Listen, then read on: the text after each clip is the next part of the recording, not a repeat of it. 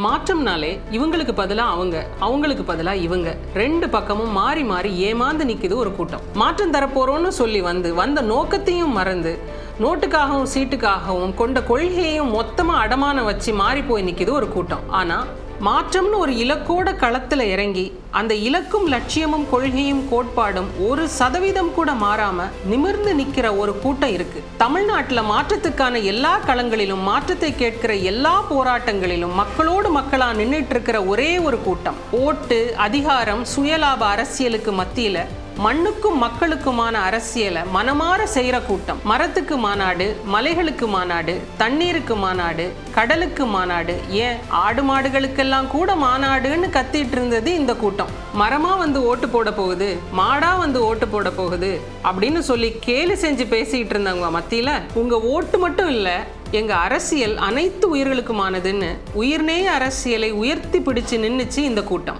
மாற்றங்கிறது வெறும் சொல் இல்ல, செயல்னு தொடர்ந்து செஞ்சு காட்டிட்டு இருக்கிற கூட்டம். சாத்தியமில்லைன்னு சொன்ன ஒவ்வொரு மாற்றத்தையும் நிகழ்த்தி காட்டிட்டு இருக்கிற கூட்டம். தேர்தலில் ஆண்களுக்கும் பெண்களுக்கும் சரிசமமான இடஒதுக்கீடு, பொது தொகுதிகளில் ஆதித்தமிழ் குடிகள், தேர்தல் களத்தில் திருநர்களுக்கான வாய்ப்பு, இப்படி தமிழ்நாட்டின் அரசியல் களத்தில் மாற்றம்னா என்னன்னு மறுவரையறை செய்துகிட்டு இருக்கிற நாம் தமிழர் கட்சி அந்த மாற்றத்தை தமிழ்நாட்டின் ஆட்சி அதிகாரத்திலும் நிகழ்த்த விரும்புகிற மக்களை ஒன்று திரட்டுறாங்க.